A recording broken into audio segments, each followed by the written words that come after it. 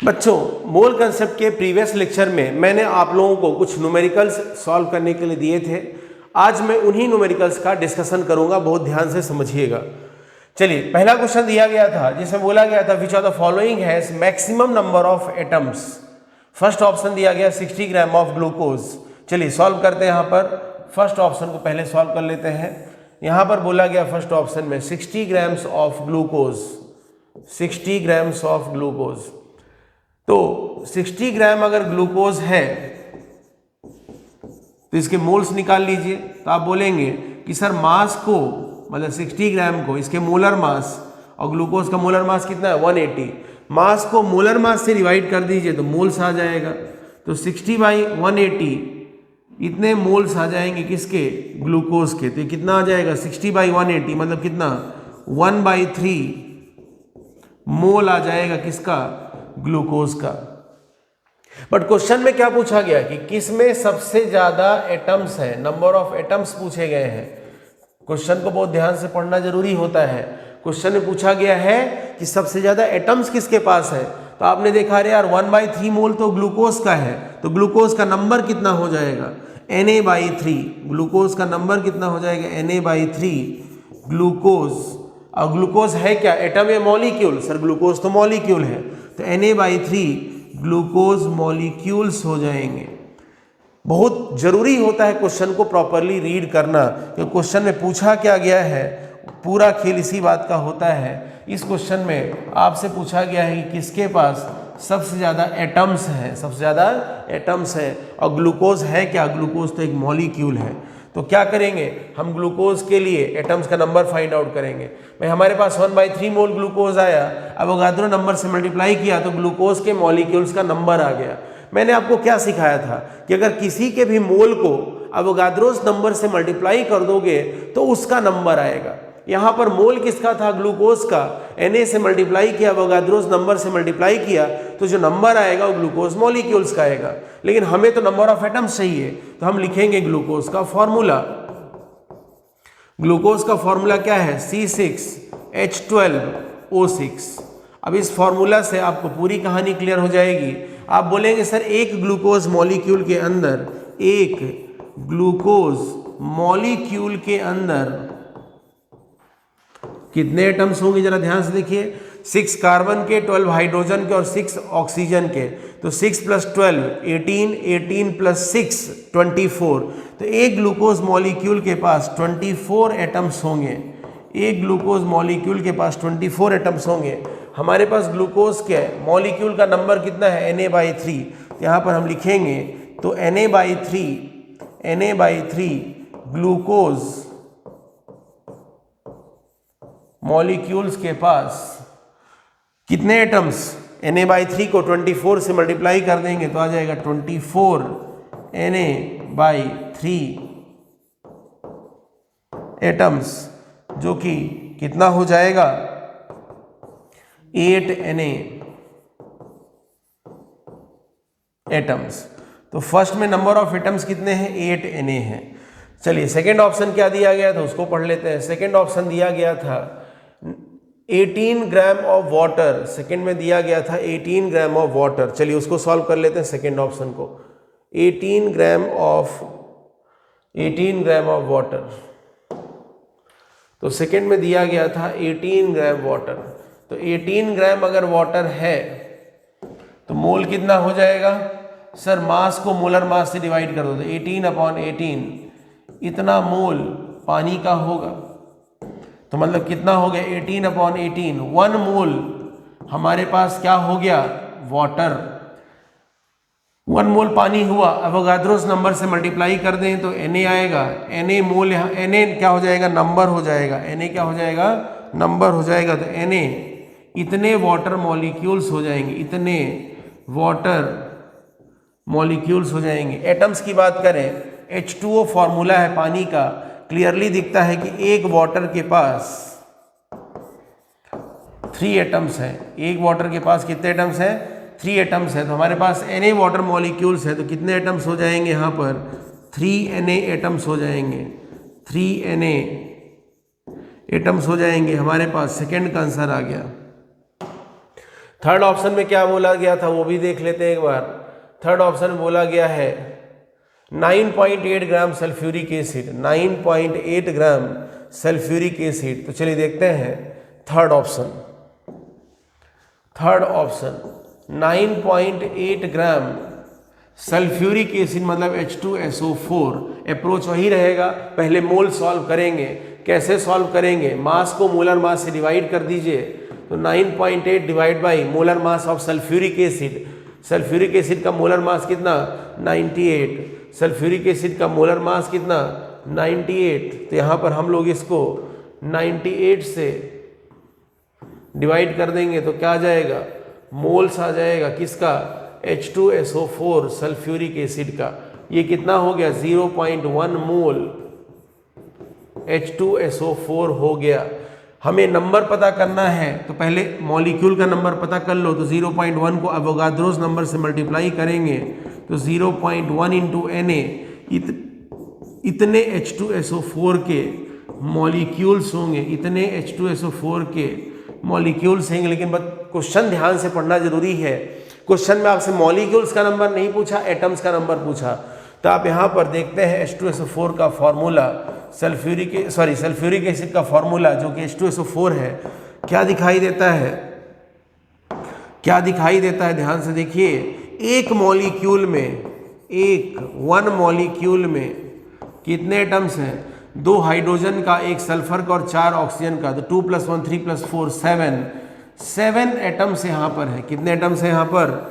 7 atoms हैं। और हमारे पास एक्चुअल में H2SO4 कितना है? 0.1 Na। तो ये हो जाएगा 0.7 Na एटम्स।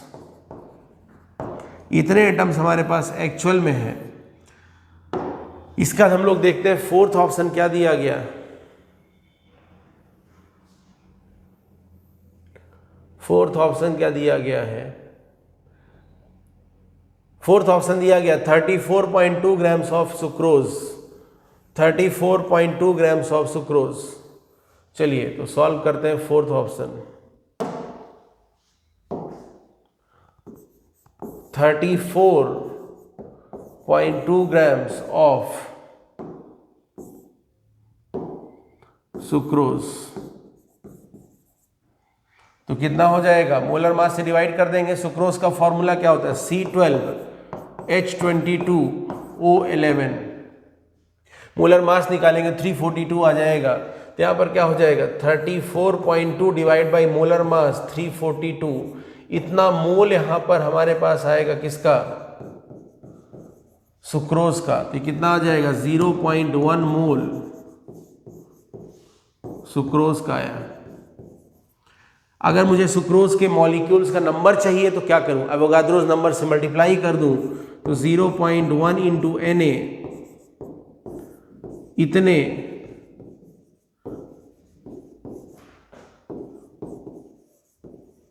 सुक्रोज मॉलिक्यूल्स होंगे। लेकिन हमें तो नंबर ऑफ एटम्स चाहिए ना। तो हम देखेंगे भैया एक सुक्रोज मॉलिक्यूल के पास कितने एटम्स? तो 1 सुक्रोज मॉलिक्यूल के पास कितने एटम्स? 12 किसके? कार्बन के, 22 हाइड्रोजन के और 11 ऑक्सीजन के। तो 2 + 2 4 + 1 5, 1 + 2 3 + 1 4, 45 एटम्स हमारे पास हैं एक सुक्रोज मॉलिक्यूल के पास। यहाँ पर टोटल हमने काउंट किया तो 45 एटम्स मिल रहे हैं एक सुक्रोज मॉलिक्यूल के पास। और टोटल कितने सुक्रोज मॉलिक्यूल्स है? 0.1 Na। तो इसको 45 से मल्टीप्लाई कर देंगे तो कितना आ जाएगा? 4.5 Na एटम्स। ये फोर्थ में नंबर ऑफ एटम्स आ गया। सबसे ज़्यादा नंबर ऑफ एटम्स किस में आए? फर्स्ट वाले में हमारे पास नंबर ऑफ एटम्स कितने थे?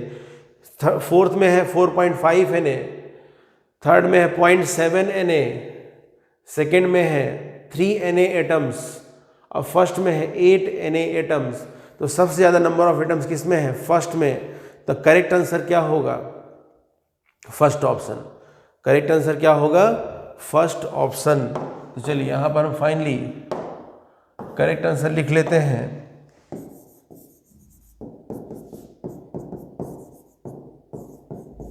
तो करेक्ट आंसर होगा फर्स्ट ऑप्शन। चलिए अब जल्दी से आप इसको नोट करिए, फिर हम लोग इसके आगे का क्वेश्चन सॉल्व करेंगे। चलिए जल्दी से नोट करिएगा।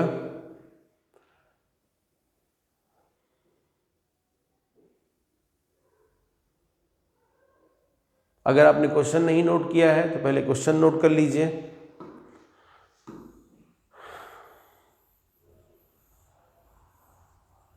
वीडियो को पॉज करके नोट करते जाइए। चलिए क्वेश्चन नोट करिए पहले वीडियो को पॉज करके, उसके बाद अब फर्स्ट का सॉल्यूशन नोट करिए।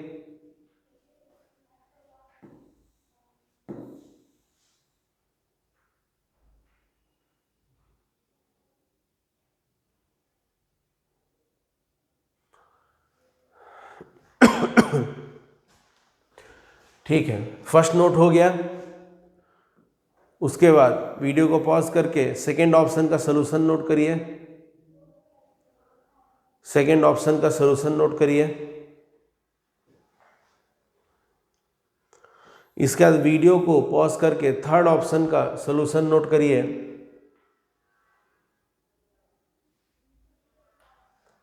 और उसके बाद सबसे लास्ट में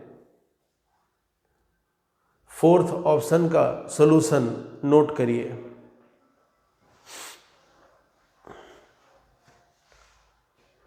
चलिए अब हम लोग अगला क्वेश्चन देखते हैं। अगले क्वेश्चन में बोला गया था a sample of pure calcium carbonate contains 3 × 10⁻22 oxygen atoms, calculate mass of sample. यहां पर आपसे बोला गया a sample of pure calcium carbonate, calcium carbonate का प्योर सैंपल। कैल्शियम कार्बोनेट का फॉर्मूला क्या हो जाएगा? CaCO3। बोला गया एक sample of pure calcium carbonate contains 3 × 10⁻22 oxygen atoms. कितने ऑक्सीजन एटम है? 3 × 10⁻22 ऑक्सीजन एटम्स है। तो कैलकुलेट मास ऑफ सैंपल, इस पूरे सैंपल का मास पता करना है। तो पहले ये पता कर लीजिए कि कैल्शियम कार्बोनेट का मोल कितना है। कैसे पता करेंगे? चलिए देखते हैं। हम सबसे पहले बात करते हैं जो दिया उसके बारे में सोचते हैं। हमें क्या दिया गया है कि यहां पर बोला गया 3 × 10⁻22 ऑक्सीजन एटम्स हैं। तो यहां पर नंबर ऑफ ऑक्सीजन एटम्स दिए गए। हमें दिया क्या गया है? Number of oxygen atoms, number of oxygen atoms कितना है? Number of oxygen atoms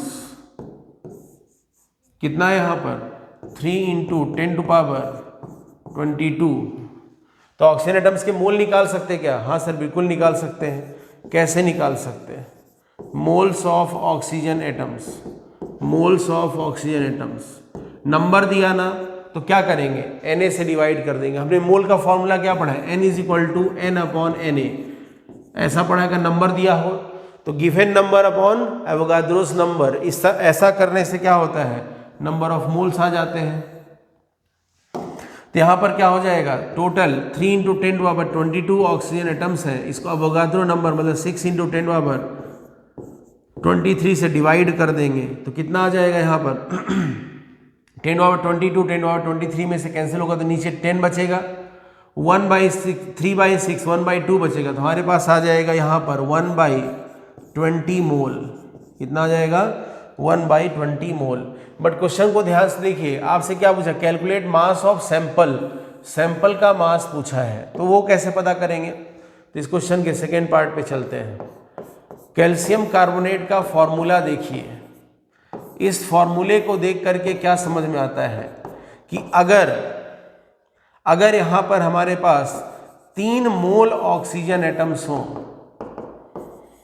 3 mole oxygen atoms हो, तो कैल्शियम कार्बोनेट का मोल कितना आएगा? 1 मोल आएगा। 1 मोल कैल्शियम कार्बोनेट आएगा। लॉजिकल बात है, देखिए अगर ध्यान से यहां पर देखिए 3 ऑक्सीजन एटम है एक कैल्शियम कार्बोनेट के अंदर, 3 ऑक्सीजन एटम्स हैं एक कैल्शियम कार्बोनेट के अंदर। फिर से रिपीट करता हूँ, 3 ऑक्सीजन एटम्स हैं 1 कैल्शियम कार्बोनेट के अंदर, तो अगर ऑक्सीजन एटम्स का मोल 3 होगा तो इस कैल्शियम कार्बोनेट का मोल कितना होगा, 1 होगा। देखिए मोल कंसेप्ट जब आप क्वेश्चन सॉल्व करते हैं तो सबसे ज़्यादा जरूरी होता है ये जानना कि आपको चलना कहाँ से कहाँ है। जैसे इस क्वेश्चन की बात करें तो आपको ऑक्सीजन एटम के बारे में दिया गया है, ऑक्सीजन एटम्स के बारे में दिया गया है और कैल्शियम कार्बोनेट के बारे में आपको पूछा गया है। देखिए दोनों बातों को ध्यान से देखिए, मैंने कैसा लिखा, मैंने बोला इसको दिया गया, ये आपको इंफॉर्मेशन गिवन है और इसके बारे में पूछा गया, मतलब आपको ऑक्सीजन एटम से कैल्शियम कार्बोनेट की तरफ आपको चलना है। मोल कंसेप्ट मैंने क्या बोला, सबसे इंपॉर्टेंट यही होता है ये पता करना कि हमें चलना किधर से किधर है। तो एक बार पूरी कहानी को फिर रिपीट करता हूं, ध्यान से समझिएगा। इस क्वेश्चन में आपको ऑक्सीजन एटम्स के बारे में बताया गया है और कैल्शियम कार्बोनेट का मास पूछा गया है, मतलब आपको ऑक्सीजन से कैल्शियम कार्बोनेट की तरफ चलना है। आपको फिर रिपीट करता हूं, ऑक्सीजन एटम्स से कैल्शियम कार्बोनेट की तरफ चलना है। तो आपने क्या बोला, अरे यार एक कैल्शियम कार्बोनेट का मैंने यहाँ पर एक कैल्शियम कार्बोनेट का मैंने फॉर्मूला लिख दिया और इस फॉर्मूला में मुझे दिखता क्या है कि अगर 3 ऑक्सीजन एटम्स हैं तो 1 कैल्शियम कार्बोनेट होगा, तो अगर 3 मोल ऑक्सीजन एटम्स होंगे, अगर 3 मोल ऑक्सीजन एटम्स होंगे तो हमारे पास 1 मोल कैल्शियम कार्बोनेट होगा। बट बात आता है हमारे पास ऑक्सीजन एटम्स हैं कितने, तो 1/20 मोल ऑक्सीजन एटम्स हैं। तो हम लोग यहाँ पर इसके आगे की कहानी लिखेंगे, क्या लिखेंगे कि 1/20 मोल। अच्छा एक और बात लिख सकते हैं इसी के बेसिस पर, हम लोग क्या लिख सकते हैं उसको भी देखिएगा ध्यान से। हम लोग बोल सकते हैं कि भैया 3 मोल ऑक्सीजन एटम्स होने पर 1 मोल कैल्शियम कार्बोनेट है, तो 1 मोल ऑक्सीजन एटम्स होने पर कैल्शियम कार्बोनेट कितना मोल होगा, 1/3 मोल कैल्शियम कार्बोनेट होगा। तो हमारे पास एक्चुअल में ऑक्सीजन एटम्स हैं कितने, हमारे पास एक्चुअल में ऑक्सीजन एटम्स हैं 1/20 मोल। तो 1/20 मोल ऑक्सीजन एटम्स के होने पर, 1/20 मोल ऑक्सीजन एटम्स के होने पर कैल्शियम कार्बोनेट कितना हो जाएगा, 1/20 इंटू 1/3 मतलब कितना, 1/60 मोल कैल्शियम कार्बोनेट हो जाएगा। लेकिन हमें कैल्शियम कार्बोनेट का मोल पूछा या मास पूछा, मास पूछा, तो मोल आ गया तो मास तो मिल जाएगा। मैंने आपको पिछले लेक्चर में क्या सिखाया था, मोल को अवोगाद्रो नंबर से मल्टीप्लाई करिए तो नंबर मिलेगा, मोल को मोलर मास से मल्टीप्लाई करिए तो मास मिलेगा, मोल को मोलर वॉल्यूम से मल्टीप्लाई करिए तो वॉल्यूम मिलेगा। फिलहाल हमें पता क्या करना है, हमें मास पता करना है। तो क्या करेंगे, हमारे पास यहाँ पर अवेलेबल क्या है, कैल्शियम कार्बोनेट का मोल, मोल को मोलर मास से मल्टीप्लाई कर दो तो क्या हो जाएगा 1/60 into molar mass of calcium carbonate. Solve कर लेते हैं, कितना आएगा कैल्शियम कार्बोनेट का मोलर मास, CaCO3 कैल्शियम के लिए कितना 40, कार्बन के लिए 12 और 3 ऑक्सीजन के लिए 48, तो ये हो गया 100, कितना हो गया 100। तो यहाँ पर कैल्शियम कार्बोनेट का मोलर मास कितना आ गया 100 आ गया, तो मल्टीप्लाइड बाई 100, ऐसा करने से आंसर किस में आएगा, ग्राम में आएगा। तो ये आ जाएगा अपना कितना वैल्यू, 1 0 कैंसिल, 10/6 5/3 ग्राम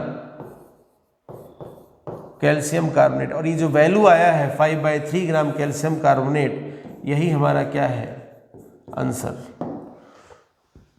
कहानी को सिंप्लीफाई करें तो क्या कहानी है, बहुत सिंपल कहानी है, ध्यान से देखिए। आपको नंबर ऑफ ऑक्सीजन एटम्स दिए गए थे, आपने ऑक्सीजन के नंबर को यूज करके ऑक्सीजन एटम्स का मोल निकाल लिया। इसके पीछे आपने कंसेप्ट क्या लगाया, आपको जो पता है कि mole is equal to N/Na, ये फॉर्मूला आपको पहले से पता है। अवोगाद्रोस नंबर से डिवाइड करके ऑक्सीजन के मोल्स निकाल लिए। फिर आपने कैल्शियम कार्बोनेट को एनालाइज किया। एनालाइज करने में सबसे जरूरी क्या होता है, मैंने जो सिखाया, चलना कहाँ तक है, किधर से किधर चलना है, वो सबसे इंपॉर्टेंट पार्ट होता है। आपने देखा कि भाई 3 मोल ऑक्सीजन एटम होने पर 1 मोल कैल्शियम कार्बोनेट है, तो 1 मोल ऑक्सीजन एटम होने पर 1/3 मोल कैल्शियम कार्बोनेट होगा। ऑक्सीजन एटम एक्चुअल में कितना है, 1/20 मोल है, तो 1/20 मोल ऑक्सीजन एटम्स होने पर 1/60 मोल कैल्शियम कार्बोनेट होगा। लेकिन हमें तो मास पता करना था, क्वेश्चन में बोला गया था मास ऑफ सैंपल। तो क्या करेंगे, मोल को मोलर मास से मल्टीप्लाई कर देंगे। हमको फॉर्मूला भी पता है कि W इज इक्वल टू क्या, N इंटू MW। मास को निकालना है तो क्या करें, मोल को मोलर मास से मल्टीप्लाई करते हैं। लॉजिकल है, पिछले क्लास में सीख चुके हैं।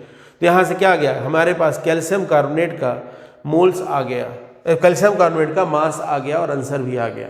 क्लियर हो गया। तो चलिए नोट करिए जल्दी से। अगर आपको क्वेश्चन नोट करना है तो जल्दी से क्वेश्चन नोट कर लीजिए, वीडियो को पॉज करिए और नोट करते जाइए। चलिए नोट करिए जल्दी से। सबसे पहले क्वेश्चन नोट करिए, जिसको भी नोट करना है क्वेश्चन नोट करो, वीडियो को पॉज करके क्वेश्चन नोट करो।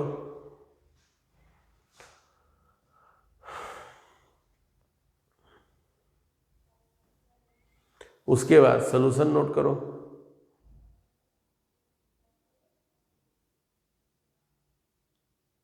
जल्दी से सॉल्यूशन नोट करिए।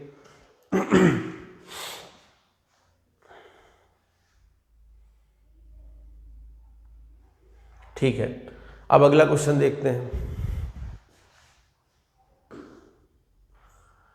अगले क्वेश्चन में क्या बोला गया है, यहां बोला गया है 3 × 10⁻23 molecules of H2SO4 are removed from a container having 70 gram of H2SO4। Calculate remaining mass of H2SO4 in the container. Simple सा क्वेश्चन है, जो आपने अभी तक बेसिक्स पढ़ा है उसी पर बेस्ड क्वेश्चन है। बोला क्या गया इस क्वेश्चन में कि एक कंटेनर है, इस कंटेनर के अंदर 3 × 10⁻23 मॉलिक्यूल्स H2SO4, इतने H2SO4 के मॉलिक्यूल रिमूव कर दिए गए हैं। मतलब यहां पर ऐसी कहानी है कि एक कंटेनर है, इसमें हमारे पास 70 ग्राम H2SO4 था और इसमें से रिमूव कर दिए गए मॉलिक्यूल्स कितने, 3 × 10⁻23 H2SO4 मॉलिक्यूल्स। इतने H2SO4 मॉलिक्यूल्स को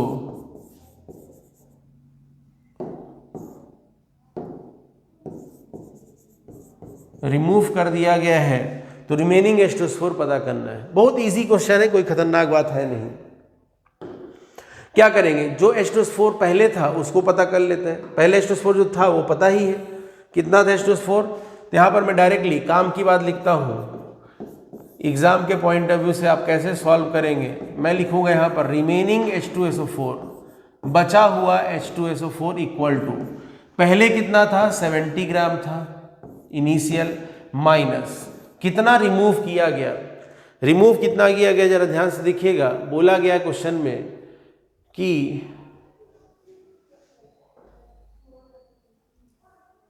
3 × 10⁻23 molecules of H2SO4 are removed. 3 × 10⁻23 molecules को रिमूव कर दिया गया। तो मैं बोलूंगा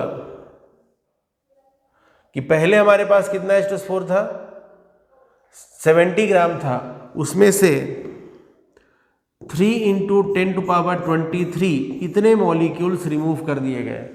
तो कितना मोल रिमूव हुआ, डिवाइडेड बाय 6 × 10⁻23, इतना मोल रिमूव हो गया।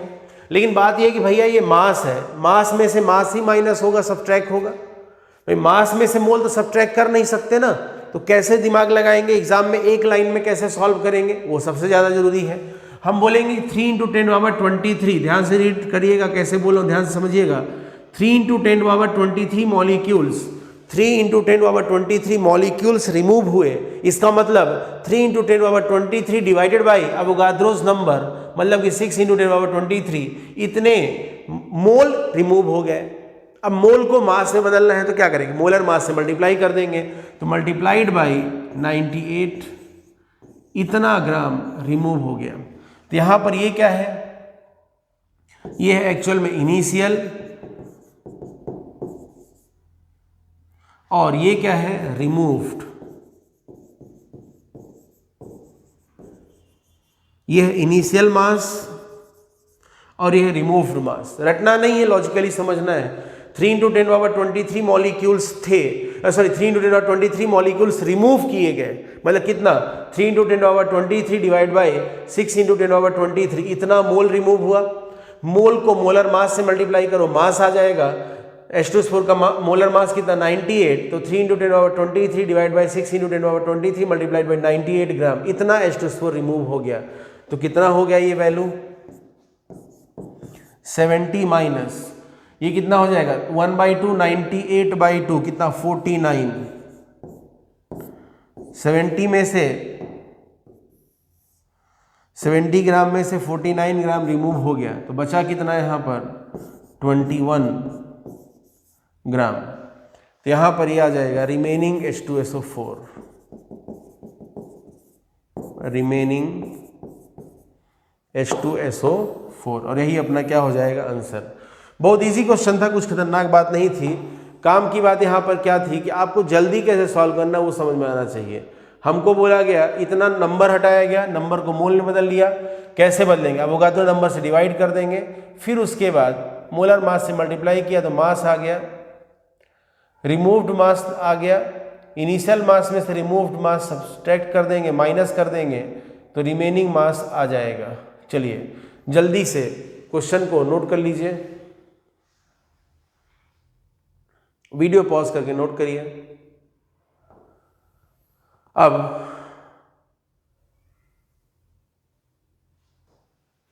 सॉल्यूशन नोट कर लीजिए।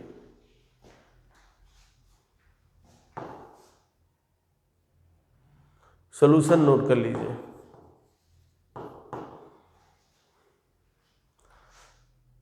ठीक है, अगला क्वेश्चन देखते हैं। बोला गया sample of pure ammonium pure aluminium carbonate. ये क्वेश्चन इनकम्प्लीट है, इस क्वेश्चन को छोड़ देते हैं। अगला क्वेश्चन देखते हैं। बोला गया calculate charge on 54 AMU Al3+, 54 AMU Al3+,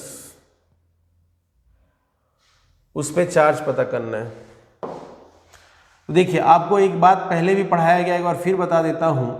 जैसे मान लीजिए सिंबल लिखा हो 13Al27 3+, तो इस सिंबल के अपने इस सिंबल का अपने आप में बहुत इंपॉर्टेंस है। जैसे मान लीजिए सिंबल लिखा हो 13Al27 3+, तो ये जो सिंबल है ये अपने आप में बहुत कुछ कहानी लेके बैठा होता है। देखने में तो लगता सिर्फ इतना है कि एटॉमिक नंबर 13, मास नंबर 27 और चार्ज यहाँ पर 3+ है, बट सिर्फ इतना नहीं है, इसमें बहुत कुछ है। जैसे इस 3+ को हम लोग ये मैं पहले भी पढ़ा चुका हूँ आपको, एक बार समझ लीजिए, आपका रिवीजन करा रहा हूँ मैं। ठीक है, आपको ये मैं पढ़ा पहले ही चुका हूँ। तो जैसे यहाँ पर ये 3+ लिखा गया, इसको मैं दो तरीके से लिख सकता हूँ। एक तरीका मेरा लिखने का हो सकता है मैं ऐसे लिखूँ कि यहाँ पर ये चार्ज 3E है, और दूसरा मैं लिखूँ कि ये चार्ज 3F है। 3E अगर लिखता हूँ तो इसका मतलब मैंने लिखा 1 एल्यूमिनियम आयन का चार्ज 1, यहाँ पर मैं इसको लिखूँगा चार्ज ऑन 1 Al3+ आयन। लेकिन अगर मैं 3F लिखता हूं तो इसका मतलब क्या होगा, charge on 1 mole Al3+, charge on 1 mole Al3+ ions. ये मैं आपको पहले ही पढ़ा चुका हूँ, फिर से बार बार बोल रहा हूँ, ये बात मैं आपको पहले ही बता चुका हूँ, बस दोबारा रिवाइज करा रहा हूँ। इसी तरीके से जो 27 है इसको भी हम दो तरीके से लिख सकते हैं।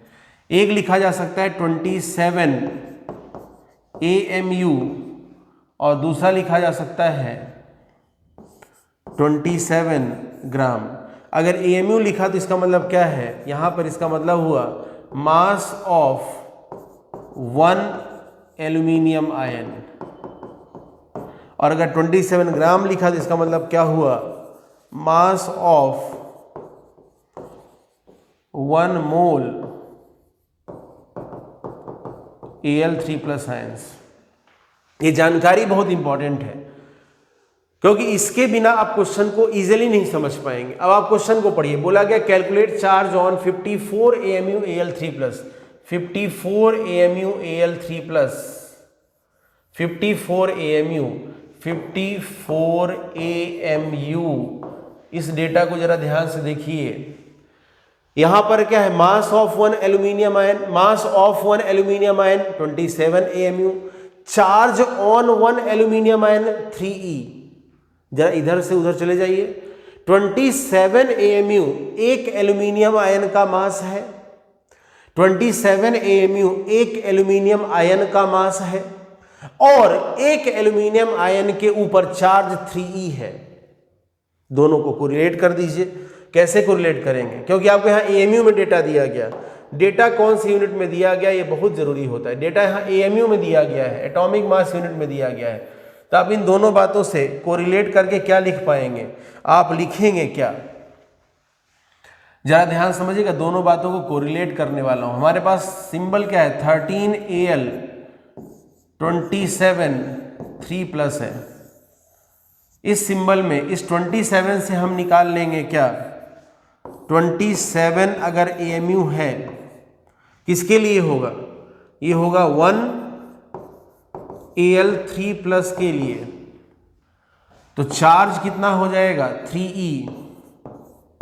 ये किसके लिए होगा 1 Al3+ के लिए। मैंने क्या बताया अभी थोड़ी देर पहले आपको, 27 AMU लिखा है तो एक एल्यूमिनियम आयन का मास, 3E लिखा है तो एक एल्यूमिनियम आयन का चार्ज।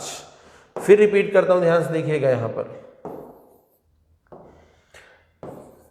दोनों को कोरिलेट करना आना चाहिए। 1 एल्यूमिनियम आयन का मास 27 AMU, 1 एल्यूमिनियम आयन पर चार्ज 3E। हम लोग क्या कह सकते हैं, इसके बेसिस पर हम लोग कह सकते हैं 27 AMU जो मास है वो कितना चार्ज लेके बैठा है, 3E चार्ज लेके बैठा है। तो इसके बेसिस हम कह सकते हैं कि अगर 54 AMU होगा, वैसे लिख सकते हैं 1 AMU पे कितना होगा, बट उतना कौन कॉम्प्लिकेट करे, आप समझते ही हैं, ठीक है ना। इतना तो आप सब समझदार ही है, कोई बड़ी बात तो है नहीं। कंसेप्ट सीख गए तो कोई बहुत बड़ी बात नहीं आती फिर। तो आप सीधा क्या बोल देंगे, 54 AMU जो यहाँ पर मास है वो कितना चार्ज लेके बैठा होगा, 6E चार्ज लेके बैठा होगा कि नहीं। 27 AMU 3E चार्ज लेके बैठा है, 27 AMU 3E चार्ज लेके बैठा है। तो 54 AMU कितना, मास डबल तो चार्ज डबल कर लो, 6E चार्ज लेके बैठा है, जिसका वैल्यू कितना हो जाएगा 6 इंटू E का वैल्यू कितना 1.6 इंटू 10 - 19 कूलम। ये इतना चार्ज यहां पर होगा। देखिए मैं इसको दूसरे तरीके से भी सॉल्व करा सकता था, ठीक है, बहुत सारे तरीके हो सकते हैं, बट मैं आपको सिंपल तरीके से सॉल्व करा रहा हूं। अब सिंबल में से ही आंसर निकालना जान जाइए। किसी एटम का सिंबल पढ़ना आना चाहिए। जब मैं किसी एटम का या किसी आयन का सिंबल पढ़ना आना चाहिए, जो आपको पहले भी पढ़ाया जा चुका है, ये हम पहले से जानते हैं। हम पहले से जानते हैं कि 27 AMU अगर है, 27 अगर लिखा है तो इस 27 के दो मीनिंग, एक 27 AMU, दूसरा 27 ग्राम। AMU में लिखा तो 1 का, ग्राम में लिखा तो 1 मोल का। 3+ का दो मीनिंग है, 3E एंड 3F। 3E लिखा तो 1 का, 3F लिखा तो 1 मोल का। अब क्वेश्चन कौन से डेटा में दिया गया, AMU में दिया गया, तो आप क्या बोलोगे, अच्छा AMU में दिया ना, मतलब 1 का, तो आप बोलोगे 1 के लिए 1 एल्यूमिनियम आयन का मास कितना 27 AMU, और 1 एल्यूमिनियम आयन का चार्ज कितना 3E। तो आप सीधा बोल दो 27 AMU होने पर 3E चार्ज है, तो 54 AMU होने पर कितना 6E चार्ज। मोल में बात करता तो ग्राम में दिया होता अगर मान लो, तो आप बोलते 27 ग्राम होने पर 3f चार्ज, ऐसे आगे सॉल्व कर लेते हैं। इस तरीके से अपन इजीली क्वेश्चन को सॉल्व कर सकते हैं बिना कॉम्प्लिकेशन के।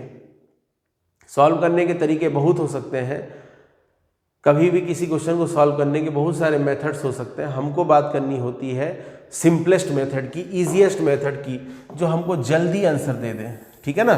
चलिए तो जल्दी से इसको नोट करिए, वीडियो को पॉज करके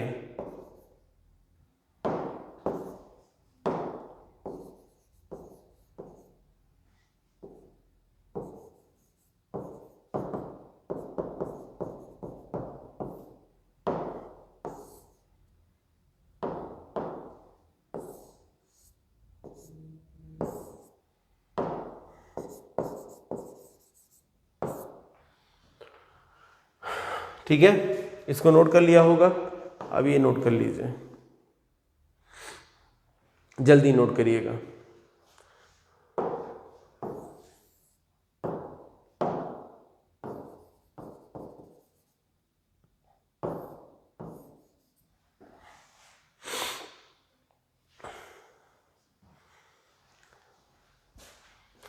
ठीक है, नोट कर लिया होगा। अगला क्वेश्चन देखते हैं। अगला बोला गया था calculate the followings for 46 gram of Na plus.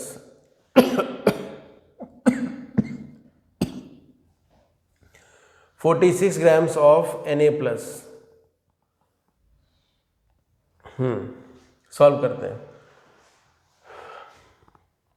Solution,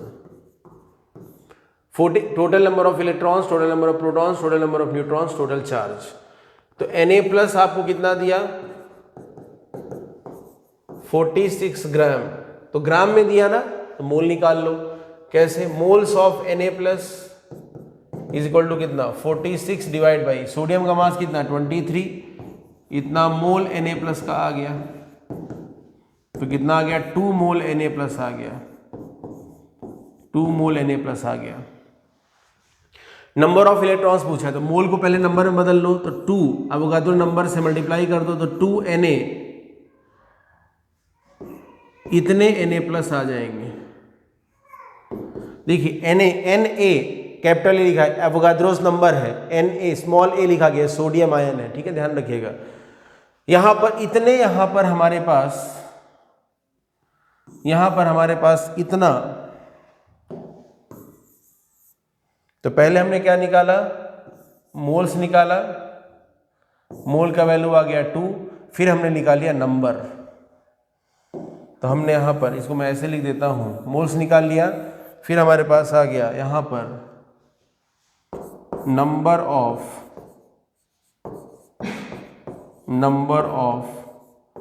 Na plus ions. तो मोल को अवोगाद्रो नंबर से मल्टीप्लाई करेंगे तो नंबर आ जाएगा, तो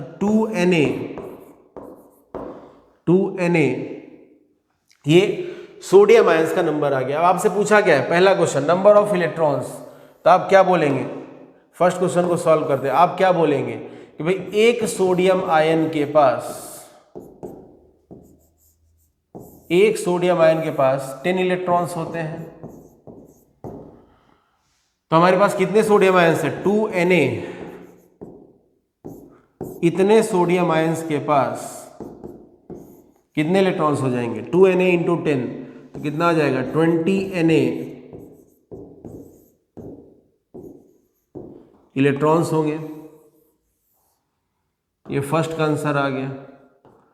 भाई सोडियम का एटॉमिक नंबर कितना है, 11, यहां Na प्लस बोला, एक इलेक्ट्रॉन गया, तो 11 में से एक गया, कितना हो गया 10 इलेक्ट्रॉन्स है 1 सोडियम आयन के पास। हमारे पास 2Na सोडियम आयंस थे, तो वहां से टोटल नंबर ऑफ इलेक्ट्रॉन्स आ गए। अगला देखते हैं, टोटल नंबर ऑफ प्रोटॉन्स पूछा गया है, टोटल नंबर ऑफ प्रोटॉन्स। तो सेकेंड क्वेश्चन सॉल्व करते हैं। आप सबको पता है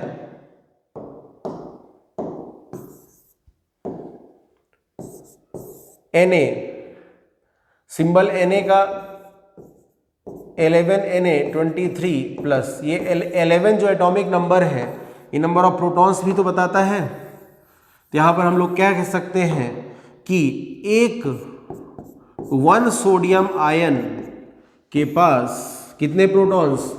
11 प्रोटॉन्स हैं। तो हमारे पास सोडियम आयंस है कितने? 2Na। तो 2Na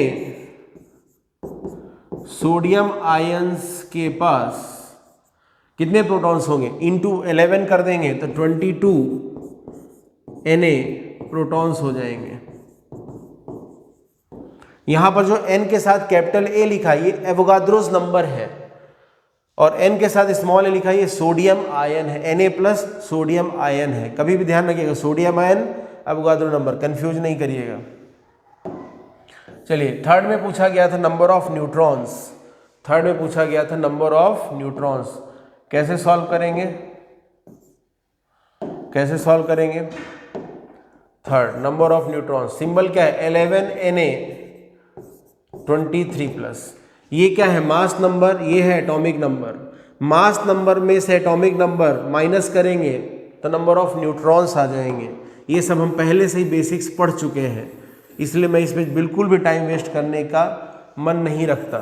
तो यहाँ पर हमको पता है कि एक सोडियम आयन के पास 23 माइनस 11 कितना हुआ? 12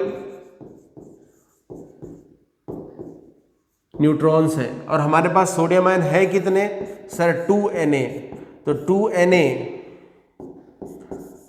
sodium ions, Na plus ions के पास कितने न्यूट्रॉन्स? तो एक के पास 12, तो 2Na के पास कितने? मल्टीप्लाइड बाई 12, तो आ जाएगा 24Na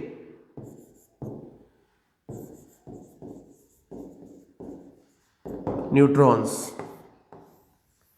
ये हमारा थर्ड का आंसर आ गया। इसके बाद फोर्थ में क्या पूछा था? Total charge. फोर्थ में पूछा था टोटल चार्ज। चलिए सॉल्व कर लेते हैं फोर्थ, टोटल चार्ज। हमने जो सोडियम आयन सॉल्व किया था वो कितना था? 2 मोल था ना। देखते हैं एक बार फिर से, सोडियम आयन का मोल कितना था? 2 मोल। सोडियम आयन का मोल कितना था? 2 मोल। तो यहां से आ जाते हैं इधर, 2 मोल सोडियम आयन था। चार्ज की कहानी हम सीख चुके हैं। चलिए लिखते हैं इधर, चार्ज की कहानी हम सीख चुके हैं। हम बोलेंगे ये Na प्लस जो सिंबल लेके बैठा है, इसमें ये प्लस 1 है, तो इसका मतलब 1 फैराडे होगा किसका चार्ज? चार्ज ऑन 1 क्या? 1 सोडियम आयन या 1 मोल सोडियम आयन। तो मैंने क्या बताया, किसी का चार्ज अगर ऐसे लिखते हो, जैसे 1 है, 1e लिखते हो, 1e 2e 3e 4e 5e ऐसा लिखते हो, तो 1 का चार्ज होता है। 1f 2f 3f 4f 5f ऐसा लिखते हो तो 1 मोल का चार्ज होता है। यहां मैंने 1f लिखा है, इसका मतलब charge on 1 mole sodium ions. तो हमारे पास क्या पता चल गई जानकारी कि 1 मोल अगर Na प्लस आयंस होंगे तो उसके पास चार्ज होगा 1 फैराडे। हमारे पास एक्चुअल में सोडियम आयंस कितने हैं? 2 मोल। तो 2 मोल अगर सोडियम आयंस होंगे तो चार्ज कितना हो जाएगा? 1 मोल के पास 1f, 2 मोल के पास 2f चार्ज हो जाएगा। इसको कूलम में बदलना हो तो क्या करेंगे? 1 फैराडे का वैल्यू 96500 कूलम, इससे मल्टीप्लाई कर देंगे तो यहाँ पर हमारे पास जो वैल्यू आएगा ये आ जाएगा 2 मोल सोडियम आयंस के ऊपर चार्ज। ये कहानी मैं पहले आपको बता चुका हूँ, इसलिए मैं इसमें बिल्कुल भी टाइम वेस्ट नहीं करना चाहता, बट एक बार फिर भी दिखा देता हूँ अभी मैंने आपको क्या पढ़ाया था। मैंने भी आपको क्या पढ़ाया था पहले भी बता चुका हूं। जैसे यहां पर +3 है तो 3e अगर मैंने लिखा, 3e e की टर्म्स में मल्टीप्लाई किया, 3e लिखा तो 1 का चार्ज होगा, इसीलिए लिखा गया charge on 1 aluminium ion. 3f लिखा, 3f इसका मतलब charge on 1 mole aluminium ion. f अगर आपने लिखा, अगर आपने f लिखा इसका मतलब मोल में लिखा है, ई में लिखा अगर आपने तो इसका मतलब 1 का लिखा सीधा सीधा। इसी तरीके से एएमयू में अगर आपने इस 27 को लिखा, मास नंबर को एएमयू में लिखा तो 1 का मास आएगा, ग्राम में लिखा अगर मास नंबर को आपने तो 1 मोल का आएगा। ये बहुत ज़रूरी बात है क्योंकि उसी से क्या होता है, हमारे बहुत सारे क्वेश्चन ईजी हो जाते हैं। जैसे अगर हम बात करें इस क्वेश्चन की, इसमें आपसे क्वेश्चन पूछा, क्या पूछा था, calculate the followings for 46 gram of Na+। Last question था टोटल चार्ज। हमने निकाल लिया भाई Na का मोल कितना है, 2 मोल Na+ हमारे पास आया। हम यहीं पे आंसर लेके बैठ गए, Na+ है ना मेरे पास, Na+ है Na+ है मेरे पास, यहीं पर हमारे पास आंसर आ गया, Na+ है हमारे पास। आंसर किस में है, मोल में है ना। हम बोलेंगे 1 मोल का चार्ज 1F, क्योंकि +1 है। अगर +2 होता तो बोलते थे 2F। 1 मोल का चार्ज 1F, तो 2 मोल का चार्ज कितना, 2F, 2 फैराडे। क्लियर हो गया। ऐसा करने से होता है कि हम बिना मतलब में फालतू के 1000 टाइप के फॉर्मूले रटने से बच जाते हैं, और हमको फॉर्मूला वैसे भी नहीं रटना चाहिए। कंसेप्ट सीखने पे ज़्यादा से ज़्यादा ध्यान होना चाहिए। चलिए जल्दी से क्वेश्चन नोट करिए और सोल्यूशन नोट करिए, वीडियो को पॉज करके नोट करते जाइए।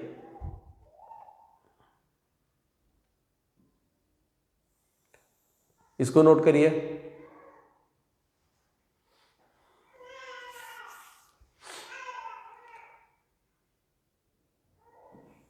अब इसको नोट करिए।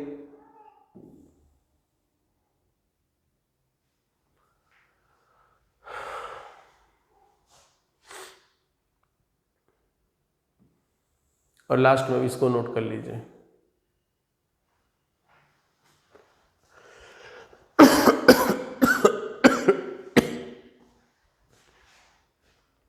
चलिए नोट कर लिया, अगला क्वेश्चन देखते हैं। अगला बोला गया calculate the followings for 46 AMU of Na+। इसके पहले वाले क्वेश्चन में क्या पूछा था,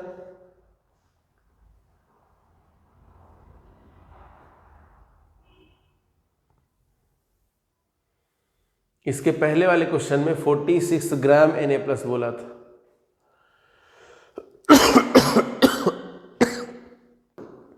और इसमें 46 AMU Na+ बोला है।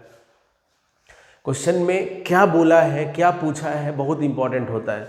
अगर आप कंसेप्ट जानते हैं तो आपके लिए कुछ भी बड़ी बात नहीं होगी, और अगर आपने रट्टा मारा है तब तो फिर भगवान भरोसे कुछ नहीं किया जा सकता। इसलिए रटने पे बिलीव नहीं रखिए, कंसेप्ट सीखने पे भरोसा रखिए। कंसेप्ट हमेशा काम आएगा, रटा हुआ कुछ ही लेवल तक काम आएगा। और एक और बात, जो बहुत सारे बच्चों को मैं देखता हूँ बिना मतलब में ट्रिक वगैरह से दूर रहिए, कंसेप्ट सीखिए, लॉजिक सीखिए। ट्रिक क्या होता है, आपने पढ़ा, कुछ क्वेश्चन सॉल्व हो जाएंगे, वो चैप्टर होने तक आपको ध्यान भी रहेगा, बाद में सब कुछ भूल जाता है। इसलिए लॉजिक सीखिए, कंसेप्ट सीखिए। चलिए जैसे मान लीजिए यहाँ पर, अब इस क्वेश्चन को मैं बाद में फिर पुराने क्वेश्चन से भी कंपेयर करूंगा। यहाँ पर दिया गया है 46 AMU, यहाँ दिया गया है 46 AMU, 46 AMU, जबकि इसके पहले वाले में दिया गया था 46 ग्राम।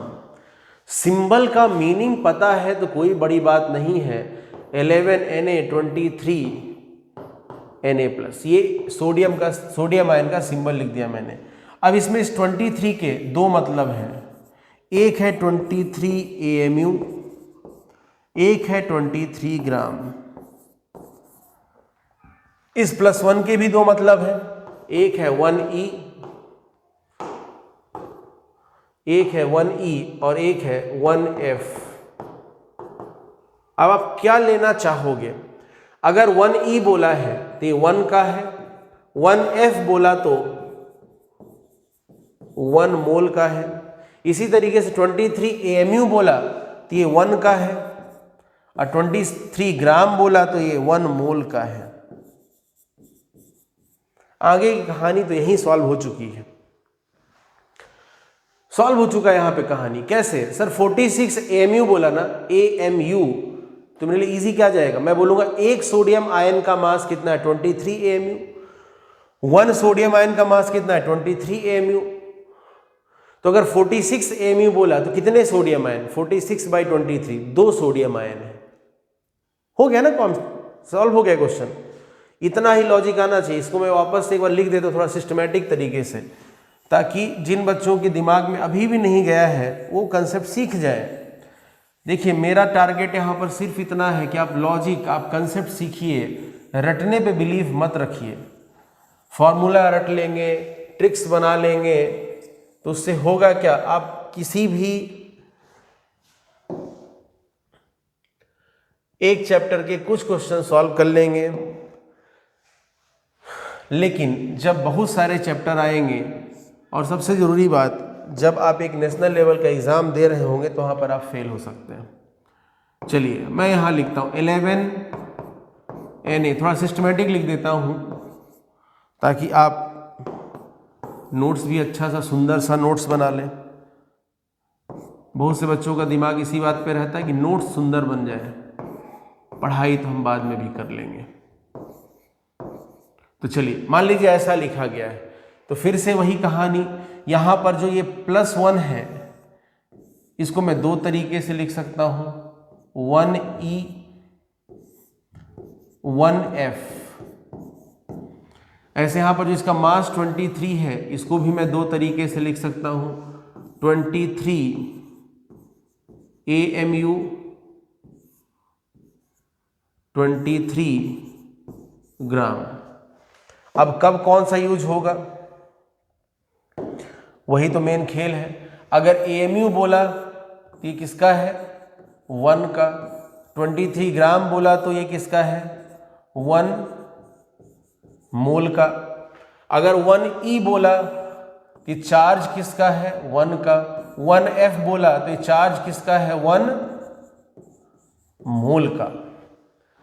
अब जो भी बच्चा इस बात को सीख गया है तो उसके लिए तो क्वेश्चन तो फिर बच्चों का खेल है ना, और आप बच्चे ही हैं। बहुत ही इजी क्वेश्चन हो चुका है। उसके बाद आप फिर कैसे अप्रोच करेंगे क्वेश्चन को, आप क्वेश्चन को अप्रोच करेंगे कुछ इस तरीके से। आप बोलेंगे कि सर मेरे पास यहाँ पर 46 AMU था, तो हम बोलेंगे कि सर एक सोडियम आयन का मास है 23 AMU। हमारे पास यहाँ पर टोटल 46 AMU बोला गया है, तो हम यहाँ बोलेंगे कि सर 23 AMU अगर होता है तो 1 सोडियम आयन होता है। हमारे पास है कितना, 46 AMU है। इसका मतलब हो गया कि हमारे पास 2 सोडियम आयन है, 2 सोडियम आयन से खत्म हो गया काम। इसका तो क्वेश्चन में कुछ बचा नहीं है, क्वेश्चन में कुछ नहीं बचा। अब तो टोटल नंबर ऑफ इलेक्ट्रॉन्स, कितने सोडियम आयन आपके पास आए, आपके पास सोडियम आयन आएगा कितने, 2। तो आप बोलेंगे अच्छा अब तो फिर बच्चों का खेल है, और हम सर बच्चे ही हैं। चलिए तो जैसे मान लीजिए फर्स्ट पूछा टोटल नंबर ऑफ इलेक्ट्रॉन्स, तो आप क्या बोलेंगे कि 2 सोडियम आयन है हमारे पास। अगर एक सोडियम आयन होगा तो इसके पास 10 इलेक्ट्रॉन्स, 11 प्रोटॉन्स एंड 12 न्यूट्रॉन्स होंगे। जिनको ये नहीं पता है प्लीज एक बार एटॉमिक स्ट्रक्चर का नोट्स देख लीजिए, आपको ये कहानी दिमाग में आ जाएगी। एटॉमिक स्ट्रक्चर में ये सब पढ़ाया जा चुका है। चलिए तो फर्स्ट देखते हैं। फर्स्ट में पूछा गया है टोटल नंबर ऑफ इलेक्ट्रॉन्स, एक सोडियम के पास 10 इलेक्ट्रॉन, तो 2 सोडियम के पास कितना इलेक्ट्रॉन, 20 इलेक्ट्रॉन्स। 20 इलेक्ट्रॉन्स कितना जल्दी जल्दी सॉल्व होगा। फिर सेकेंड में क्या पूछा, नंबर ऑफ प्रोटॉन्स, एक सोडियम के पास 11 प्रोटॉन्स, टोटल सोडियम कितने हैं 2, तो एक के पास 11 प्रोटॉन्स, तो 2 के पास कितने 22 प्रोटॉन्स, 22 प्रोटॉन्स। तीसरा न्यूट्रॉन्स पूछा, एक सोडियम के पास 12 न्यूट्रॉन्स, तो 2 सोडियम है ना टोटल, तो 24 न्यूट्रॉन्स। ये हो गया यहां पर। फिर पूछा था चार्ज, वो भी सॉल्व हो जाएगा। एक सोडियम का चार्ज बताना होगा तो क्या बोलेंगे 1E या 1F। यहां पे हमने लिखा है 1E 1 का चार्ज, 1F 1 मोल का चार्ज। तो एक सोडियम का चार्ज कितना 1E, तो 2 सोडियम का चार्ज कितना 2E, मतलब कितना 2 इंटू ई का वैल्यू कितना 1.6 इंटू 10 पावर -19 कूलम। ये यहाँ पे आंसर आ गया। तो अब आप जरा क्वेश्चन को समझिए ध्यान से, क्वेश्चन के लॉजिक को समझिए, कंसेप्ट को सीखिए।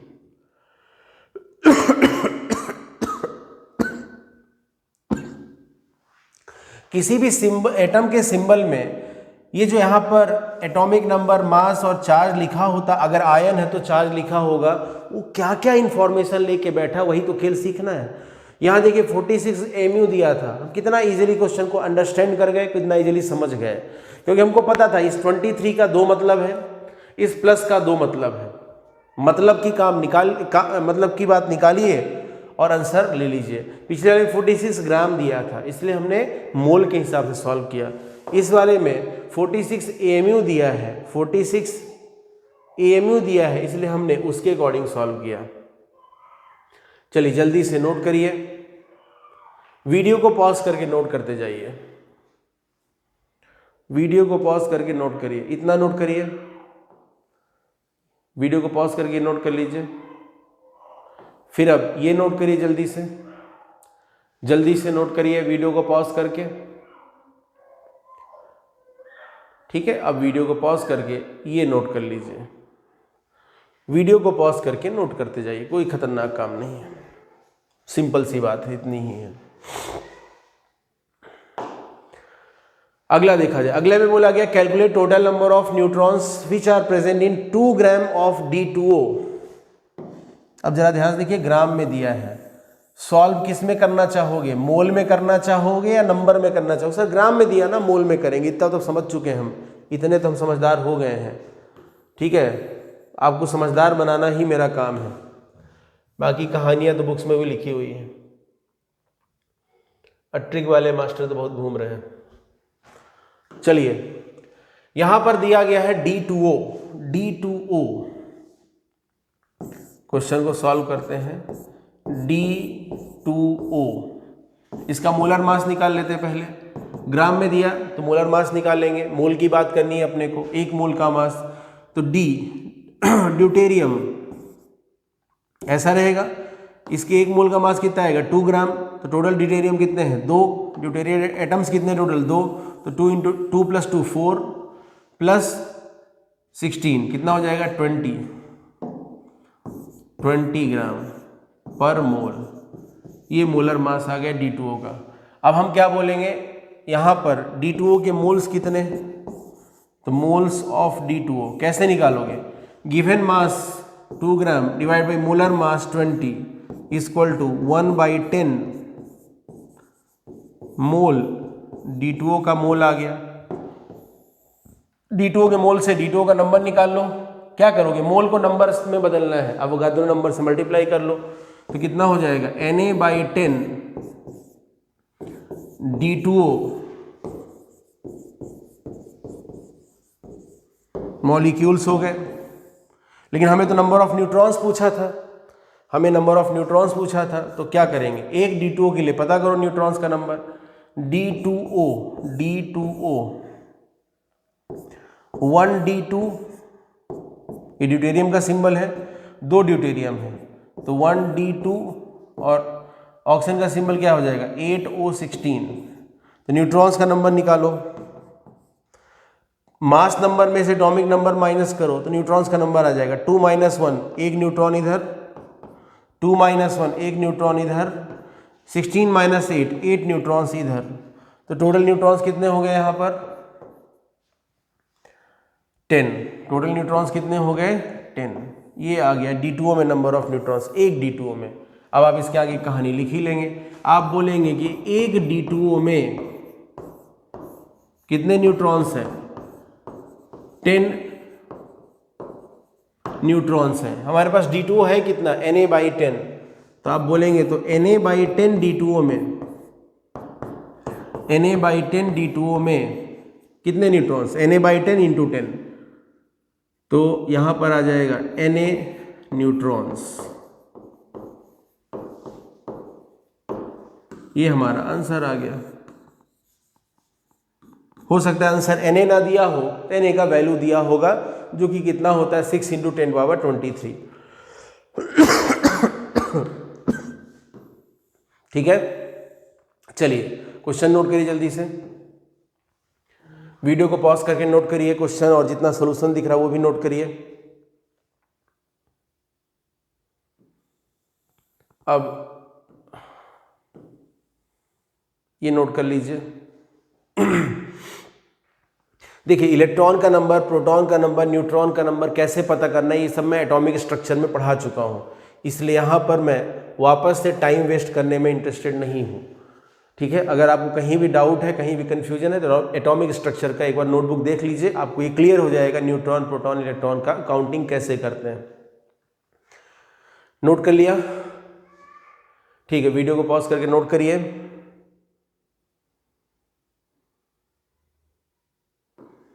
अगला क्वेश्चन देखते हैं। अगले में बोला गया, a sample of Na2O has 3.84 into 10⁻23 neutrons, calculate mass of sample. अभी उल्टा क्वेश्चन दिया है, न्यूट्रॉन्स का नंबर दिया है और सैंपल का मास पूछा है।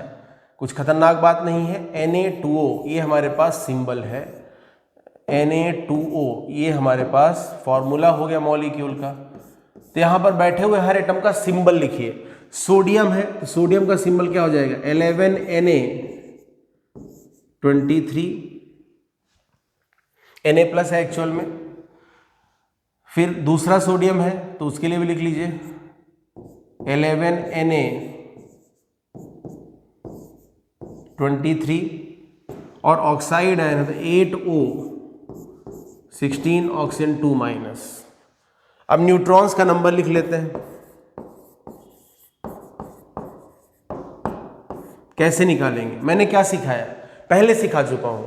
मास नंबर से एटॉमिक नंबर को माइनस कर दीजिए, मास नंबर में से एटॉमिक नंबर को माइनस करिए, न्यूट्रॉन्स का नंबर आ जाएगा। तो 23 माइनस 11, 12 न्यूट्रॉन्स यहाँ पर, प्लस 23 माइनस 11, 12 न्यूट्रॉन्स यहाँ पर, 16 माइनस 8, 8 न्यूट्रॉन्स यहाँ पर। कितना हो गया टोटल काउंट, ये 12 प्लस 12, 24 प्लस 8, 32 न्यूट्रॉन्स आ गए। किसमें, एक Na2O के अंदर 32 न्यूट्रॉन्स आ चुके हैं। और क्या बोला गया, a sample of Na2O has 3.84 into 10⁻23 neutrons. तो फिर सैंपल का मास बताइए। तो आप क्या बोलेंगे यहां पर, आप बोलेंगे कि न्यूट्रॉन्स का मोल निकाल लेंगे हम लोग यहां पर निकालेंगे मोल्स ऑफ न्यूट्रॉन्स। कैसे निकालेंगे, हमारे पास न्यूट्रॉन कितने, 3.84 इंटू 10⁻23 न्यूट्रॉन्स हैं, डिवाइड बाय अवोगाद्रोस नंबर कितना, 6 इंटू 10⁻23। ये आ जाएगा 3.84 डिवाइड बाय 6, इतने न्यूट्रॉन्स हैं यहां पर। ठीक है, इतने मोल न्यूट्रॉन्स हैं, इतने मोल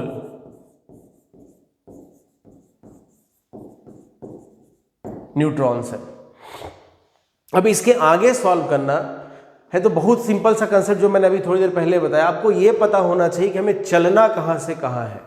क्वेश्चन को रीड करिए, क्वेश्चन में दिया क्या है, a sample of Na2O has 3.84 into 10⁻23 neutrons, calculate mass of sample.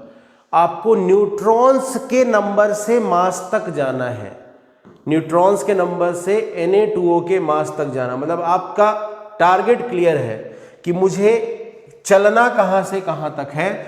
मुझे चलना है, Na2O के बारे में पता चला, यहां पर 32 न्यूट्रॉन्स होते हैं, हमने पीछे सॉल्व किया, हमें न्यूट्रॉन्स के नंबर से Na2O की तरफ चलना है।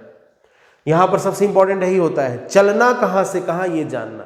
न्यूट्रॉन्स का नंबर दिया है, न्यूट्रॉन्स का नंबर दिया और Na2O का मास पूछा है, मतलब मुझे न्यूट्रॉन के नंबर से Na2O की तरफ चलना है, न्यूट्रॉन्स के नंबर से Na2O की तरफ चलना है। तो मैं क्या करूंगा, मैं यहां पर बोलूंगा कि 32, अभी हमने सॉल्व किया पीछे, 32 न्यूट्रॉन्स होने पर 1 Na2O होता है।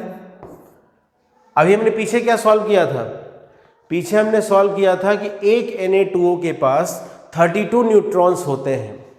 हमने अभी पीछे क्या सॉल्व किया था कि 1 Na2O के पास 32 न्यूट्रॉन्स होते हैं। ये हमने अभी सॉल्व किया है, लेकिन हमारा टारगेट क्या है वो इंपॉर्टेंट होता है। मैंने क्या बोला, यहां सबसे इंपॉर्टेंट होता है टारगेट, ये पता करना कि चलना कहां से कहां तक है। हमें यहां पर न्यूट्रॉन्स का नंबर दिया गया है और Na2O का मास पूछा गया है, तो मैं यहां पर क्या बोलूंगा कि न्यूट्रॉन के 32 होने पर, 32 न्यूट्रॉन्स होने पर एक Na2O होता है। उल्टा चलेंगे ना, क्योंकि हमारा टारगेट क्लियर है, टारगेट पता होना चाहिए। हमने पहले क्या निकाला, एक Na2O के अंदर न्यूट्रॉन्स का टोटल काउंट 32 आया, लेकिन क्वेश्चन ये बोल रहा है कि भाई न्यूट्रॉन का नंबर इतना है, तो बताइए Na2O का मास कितना है। तो मैं बोलूंगा अच्छा, न्यूट्रॉन के नंबर से मुझे Na2O के मास तक चलना है, तो मैं ऐसा बोलूंगा कि 32 न्यूट्रॉन्स होने पर, 32 न्यूट्रॉन्स होने पर एक Na2O होता है। 32 न्यूट्रॉन्स होने पर 1 Na2O होता है, ठीक है। तो 32 न्यूट्रॉन्स होने पर 1 Na2O होता है। लेकिन हमने जो सॉल्व किया यहां पर न्यूट्रॉन्स का नंबर, जो न्यूट्रॉन्स के लिए जो निकाला वो मोल में निकाला है वैल्यू, तो मोल में लिख देंगे। क्या लिखेंगे, हम बोलेंगे अच्छा 32 न्यूट्रॉन्स होने पर 1 Na2O होता है, इसका मतलब अगर 32 मोल न्यूट्रॉन्स हो, 32 अगर न्यूट्रॉन्स मोल में हो तो Na2O का 1 मोल हो जाएगा। क्लियर हुआ भाई? हमने जो सॉल्व किया वो 3.84/6 मोल न्यूट्रॉन्स पता किए ना, हमने मोल में सॉल्व किया है। हमने किस में सॉल्व किया है? मोल में सॉल्व किया। देखिए ध्यान से, तो बस हमने जो सॉल्व किया है मोल में, तो हम भाषा बदल लेंगे अपनी। हम क्या बोलेंगे, अरे यार कोई बड़ी बात थोड़ी है हम क्या बोलेंगे, 32 न्यूट्रॉन्स होने पर 1 Na2O, लेकिन मोल में सॉल्व किया है तो तुरंत चेंज कर लेंगे। अच्छा 32 न्यूट्रॉन होने पर 1 Na2O, तो 32 मोल, 32 न्यूट्रॉन होने पर 1 Na2O, तो 32 मोल न्यूट्रॉन्स होने पर 1 मोल Na2O। इधर मोल उधर मोल, समझा क्या? चलिए बहुत बढ़िया बात है, समझ गए।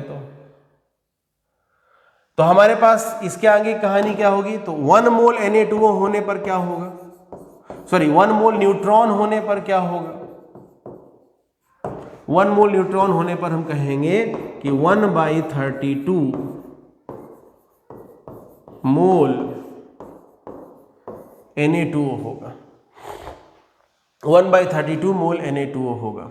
32 मोल न्यूट्रॉन होने पर 1 मोल Na2O, तो 1 मोल न्यूट्रॉन होने पर 1/32 मोल Na2O। लेकिन एक्चुअल में न्यूट्रॉन्स हैं कितने, 3.84/6 मोल न्यूट्रॉन्स हैं। तो अब वो डेटा लिख देंगे, तब हम लोग बोलेंगे 3.84/6 मोल न्यूट्रॉन्स होने पर क्या होगा, तो 3.84 divide by 6 into 1/32 mole Na2O होगा। लेकिन हमसे तो मास पूछा था, हमसे क्या पूछा था, मास। तो बताइए Na2O के मोल आ गए हैं तो मास मिल जाएगा ना, क्या करोगे, Na2O के मोलर मास से मल्टीप्लाई कर दोगे। तो Na2O का मोलर मास निकाल लेते हैं। Na2O कितना हो जाएगा, 23 इंटू 2 46 सोडियम के लिए और 16 ऑक्सीजन के लिए, तो 46 + 6 52 + 10 62 हो जाएगा। मोलर मास कितना हो जाएगा, 62। ठीक है, ये मोलर मास का वैल्यू हो गया। तो कितना हो जाएगा यहाँ पर, ये 3.84 divide by 6 divide by 6 multiplied by 1/32 into कितना आया था ये 62।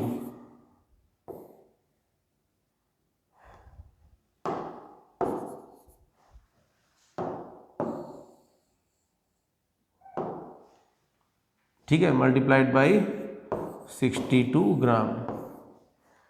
इतना Na2O होगा। बाकी कैलकुलेशन आप कर सकते हैं, कोई खतरनाक कैलकुलेशन नहीं, अप्रॉक्सीमेशन लेके कर लेंगे। काम की बात है, कंसेप्ट समझ में आना चाहिए। और कंसेप्ट सिर्फ इतना, आपको ये पता चलना चाहिए मुझे चलना कहाँ से कहाँ है।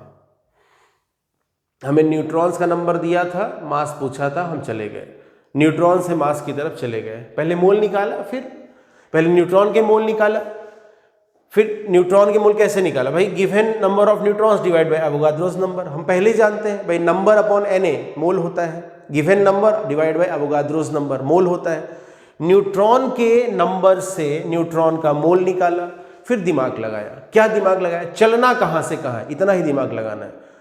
हमने निकाला एक Na2O के पास 32 न्यूट्रॉन्स, तो हमने बोला अच्छा 32 न्यूट्रॉन होने पर 1 Na2O, तो 32 मोल न्यूट्रॉन्स होने पर 1 मोल Na2O, तो इतना मोल न्यूट्रॉन्स होने पर Na2O के मोल आ गए। Na2O के मोल से Na2O के मोल को Na2O के मोलर मास से मल्टीप्लाई कर दिया तो मास आ गया। पहले ही सीख चुके हैं, mole into molar mass equal to mass. किसी के भी मोल को उसके मोलर मास से मल्टीप्लाई कर देंगे तो उसका मास आ जाएगा, ये हम पहले से जानते हैं। चलिए नोट करिए जल्दी से, वीडियो को पॉज करके, जितना दिख रहा है उसको नोट करिए पहले।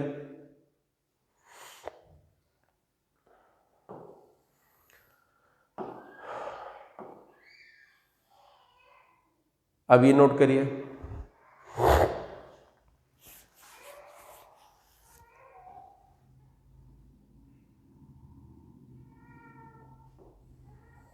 और ये नोट करिए।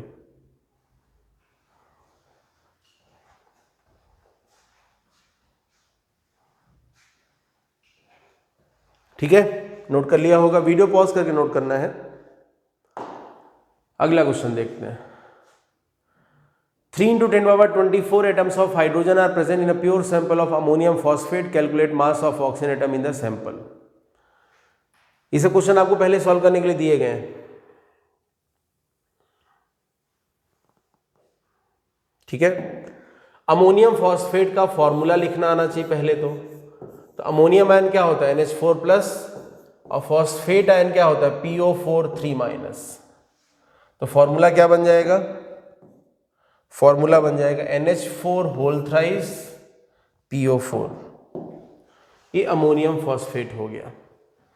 अब फिर से वही बात जो मैंने अभी आपको सिखाया, चलना कहां से कहां है ये आना चाहिए। जरा ध्यान से पढ़िए क्वेश्चन को, क्या बोला गया 3 × 10⁻24 एटम्स ऑफ हाइड्रोजन, हाइड्रोजन के एटम्स दिए गए, are present in a pure sample of ammonium phosphate, calculate mass of oxygen. ध्यान समझिएगा, हाइड्रोजन एटम्स के बारे में दिया गया, ऑक्सीजन के बारे में पूछा गया, मतलब आपको हाइड्रोजन से ऑक्सीजन की तरफ चलना है, क्योंकि हाइड्रोजन के बारे में दिया गया है, ऑक्सीजन के बारे में पूछा गया है। कितना इजी होता है कंसेप्ट। मैंने अभी आपको क्या सिखाया, यहां सबसे इंपॉर्टेंट यही है, चलना कहां से कहां है ये आना चाहिए। आपको क्या बोला गया, हाइड्रोजन एटम 3 × 10⁻24 है, तो सैंपल में ऑक्सीजन का, ऑक्सीजन एटम्स का मास नहीं क्या, calculate moles, calculate moles of oxygen atoms, oxygen atoms के मोल कितने होंगे ये बताइए। चलना कहां से कहां है, हाइड्रोजन एटम से ऑक्सीजन एटम की तरफ चलना है। क्वेश्चन में यही तो इंपॉर्टेंट पार्ट होता है। चलिए तो कैसे सॉल्व करेंगे, बहुत सिंपल है। हमें हाइड्रोजन एटम के बारे में दिया गया, क्या बोला गया, हाइड्रोजन एटम कितने हैं 3 × हाइड्रोजन एटम्स कितने हैं 3 × 10⁻24 है, तो मोल कितना हो जाएगा 3 × 10⁻24 डिवाइड बाई 6 × 10⁻23, ये कितना हो जाएगा 24 और 23 कैंसिल, 10, 3/6 2, तो 5 मोल हो जाएगा, 5 मोल हाइड्रोजन एटम्स हो गए। ठीक है ना, हाइड्रोजन एटम्स कितने हो गए 5 मोल हो गए। अब देखिए फिर से वही बात रिपीट करूंगा, चलना कहां से कहां है, देखिए ध्यान से, हाइड्रोजन एटम्स के बारे में दिया है और calculate moles of oxygen atoms, oxygen atoms के मोल्स पूछे हैं। चलना कहां से कहां है, हाइड्रोजन एटम्स के बारे में दिया है, ऑक्सीजन एटम्स के मोल्स पूछे हैं, तो हमको हाइड्रोजन एटम से ऑक्सीजन एटम की तरफ चलना है, बस काम खत्म हो गया। इसके बाद जरा ध्यान से देखिए इधर, ये अमोनियम फॉस्फेट का फॉर्मूला है, इस फॉर्मूले को देख के बोलिए 4 इंटू 3, 12 हाइड्रोजन एटम्स अगर हैं, 12 हाइड्रोजन एटम्स अगर हैं, फॉर्मूला जरा ध्यान से देखिए, 4 इंटू 3, 12 हाइड्रोजन एटम्स अगर हैं तो उसके साथ ऑक्सीजन एटम्स कितने हैं? 4 ऑक्सीजन एटम्स है उसके साथ। अगर 12 हाइड्रोजन एटम्स है तो साथ में 4 ऑक्सीजन एटम्स हैं। हमें हाइड्रोजन से ऑक्सीजन की तरफ चलना है, इसीलिए हाइड्रोजन को इधर लिखा है और ऑक्सीजन को उधर लिखा है। तो हम बोलेंगे एक हाइड्रोजन एटम होने पर,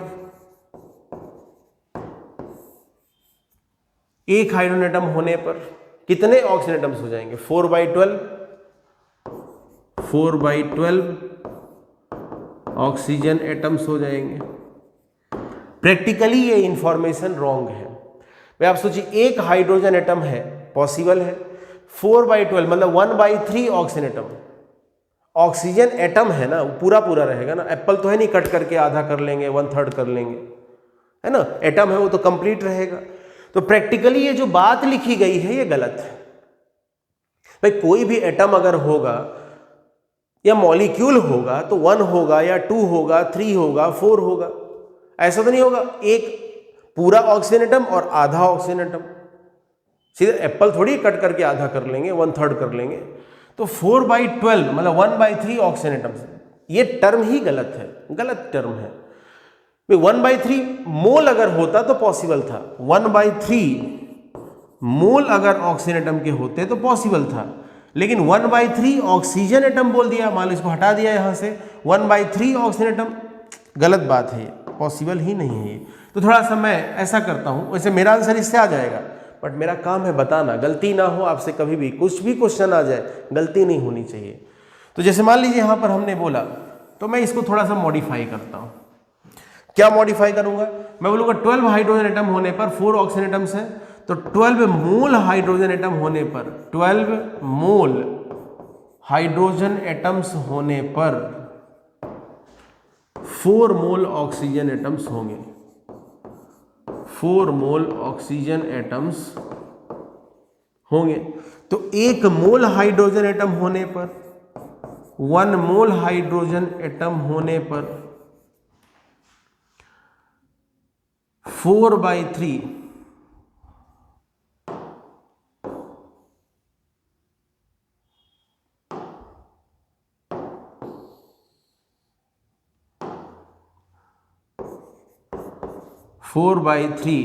सॉरी 4/12 मोल ऑक्सीजन एटम्स होंगे, मतलब कितने? 1/3 मोल ऑक्सीजन एटम्स होंगे।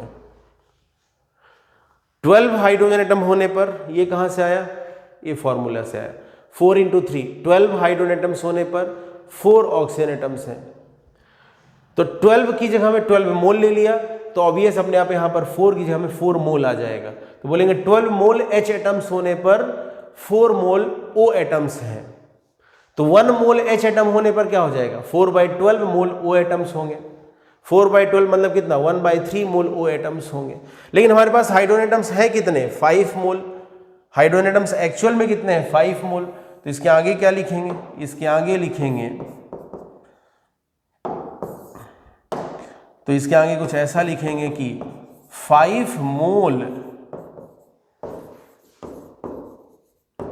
हाइड्रोजन एटम्स होने पर क्या होगा? 1 मोल हाइड्रोजन एटम होने पर 1/3 मोल ऑक्सीजन एटम्स है, तो 5 मोल होने पर क्या होगा? 5/3 मोल ऑक्सीजन एटम्स होंगे। क्योंकि हमसे ऑक्सीजन एटम्स का मोल पूछा था, तो यही हमारा आंसर है। काम की बात क्या है? किसी भी क्वेश्चन में यहां पर यह जानना कि हमें चलना किधर से किधर है, वही सबसे इंपॉर्टेंट पार्ट होता है, बाकी तो बच्चों वाला काम है। क्लियर हुआ बात? इतना छोटी मोटी बातें। फिर यहां पर हाइड्रोजन एटम के बारे में दिया था और ऑक्सीजन एटम के बारे में पूछा था। मान लीजिए इसी क्वेश्चन में हमको ऐसा दिया होता, थोड़ी देर के लिए समझिएगा, मान लीजिए यहां पर क्वेश्चन दिया होता अमोनियम फॉस्फेट है NH4 होल थ्राइस PO4, बोला था हाइड्रोजन एटम्स का नंबर 6 × 10⁻24 है, तो ammonium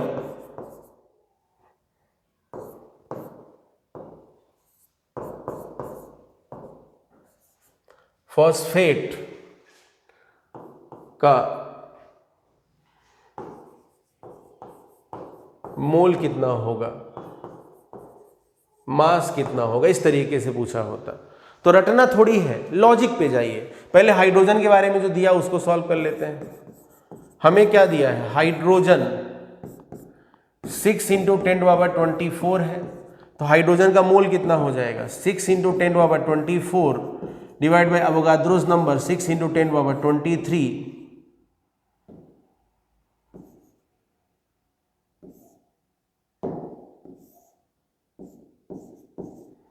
is equal to 10 mole. तो हाइड्रोजन एटम कितना है 10 मोल। कंसेप्ट क्या बोलता है ये जान जाइए, चलना कहां से कहां है, कहां से कहां चलना है भाई। हाइड्रोजन के बारे में दिया, अमोनियम फॉस्फेट के बारे में पूछा है, तो जरा देखिए 12 हाइड्रोजन एटम 4 × 3 12 हाइड्रोजन एटम एक अमोनियम फॉस्फेट के अंदर है। 4 × 3 12 हाइड्रोजन एटम्स एक अमोनियम फॉस्फेट के अंदर है। कहां से कहां चलना है, हाइड्रोजन से अमोनियम फॉस्फेट की तरफ चलना है, हाइड्रोजन से अमोनियम फॉस्फेट की तरफ चलना है। अमोनियम फॉस्फेट फॉर्मूला थोड़ा ढंग से लिख देता हूं, हाइड्रोजन से अमोनियम फॉस्फेट की तरफ चलना, यही तो सबसे इंपॉर्टेंट पार्ट है। आपने क्या देखा 4 × 3 12 हाइड्रोजन एटम होने पर, 12 हाइड्रोजन एटम्स होने पर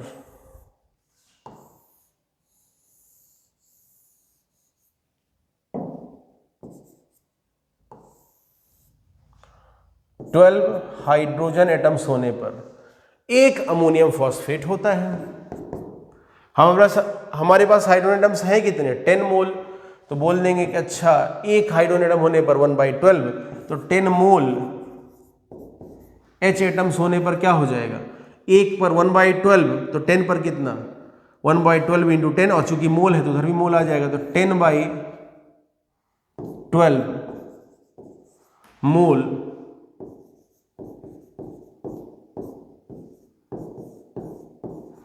अमोनियम फॉस्फेट हो जाएगा। भाई 12H होने पर 1H है, 12 मोल H होने पर 12H होने पर 1 अमोनियम फॉस्फेट है, 12H होने पर 1 अमोनियम फॉस्फेट है, 12 मोल H होने पर 1 मोल अमोनियम फॉस्फेट होगा। 12H होने पर 1 अमोनियम फॉस्फेट है, 12 मोल H होने पर 1 मोल अमोनियम फॉस्फेट होगा, तो 1 मोल H होने पर 1/12 मोल अमोनियम फॉस्फेट होगा, तो 10 मोल H होने पर 10 × 1/12 10/12 मोल अमोनियम फॉस्फेट होगा। ये हमारा आंसर आ गया, मोल का आंसर आ गया। और मान लीजिए मास पूछा होता तो क्या करते, इसके मोलर मास से मल्टीप्लाई कर देते, इसके मोलर मास इसको मल्टीप्लाई कर देते तो हमारे पास मास आ जाता, वो हम सॉल्व कर सकते हैं आराम से। नाइट्रोजन के लिए कितना 14, 3 है नाइट्रोजन है तो 3, 14 × 3, हाइड्रोजन के लिए 1 तो 4 × 12 + 12, फॉस्फोरस के लिए 31 और ऑक्सीजन के लिए 4 है तो 64। सम कर लेंगे, ये कितना हो जाएगा यहाँ पर, ये 42।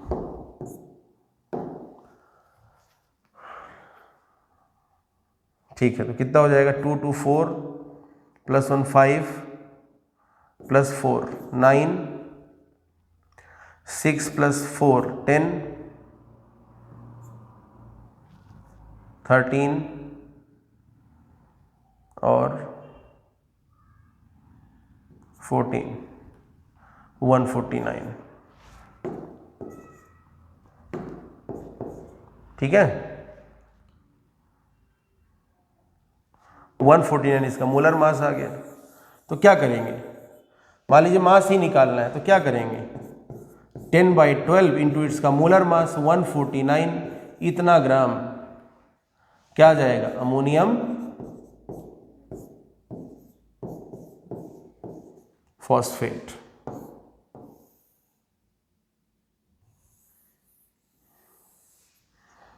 गलती मत करना, यहाँ पर 9 है, उधर ग्राम है। क्लियर हुआ बात इतना? देखिए दोनों क्वेश्चन के पीछे बताने के पीछे का पर्पज क्या है, आपको ये कंसेप्ट सिखा देना कि आपको ये आना चाहिए कि किसी क्वेश्चन में दिया क्या है और पूछा क्या है। जो दिया है वहां से जो पूछा है उधर चलना होता है, वो लिखना आ गया तो मोल कंसेप्ट बहुत इजी हो जाएगा।